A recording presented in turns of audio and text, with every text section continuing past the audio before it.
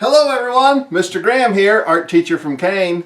I'm missing you guys. I'm here in quarantine, me and my wife, and I have been doing some projects to keep myself busy, and I hope you have too.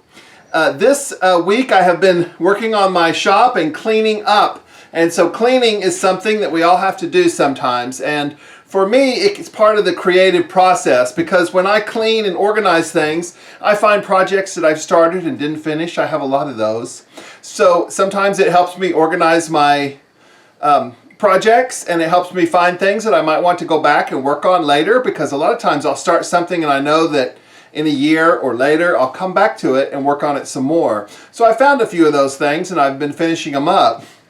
Let me show you around what I've been doing. So I've been knolling some of my tools and hanging a lot of my tools, cleaning, organizing. I want to have every area of the shop where I can get to it and get things that I need. We might call that first order retrievability. If I want to retrieve a tool, I can see it, I can get to it, I can grab it right off. I don't have to move one object first and then that tool's the second thing I touch. I want it to be the first thing I can get to when I want it. So I've cleaned this whole area of the shop I couldn't really get to because of all the junk. So I've cleaned this area, and I can even walk back here now and access this corner of my shop. Alright, this week I got out my sewing machine and I did a little sewing.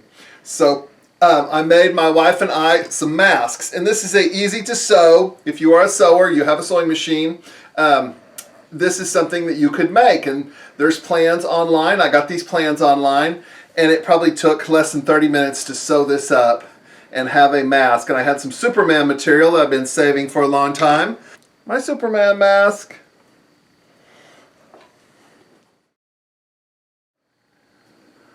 Well, I got another Lego model. This one is the McLaren. It's the McLaren race car, the McLaren Senna race car, and I think it looks really good. I'm going to put a link down below to a video where the designers are Lego designers, and they are true artists, and they're talking about how they designed this this model right here. It's pretty cool.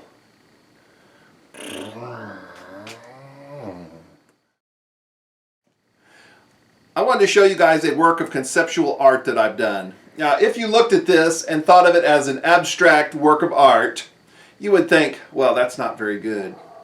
But this is not really meant to be thought of in that way. This is a conceptual work of art.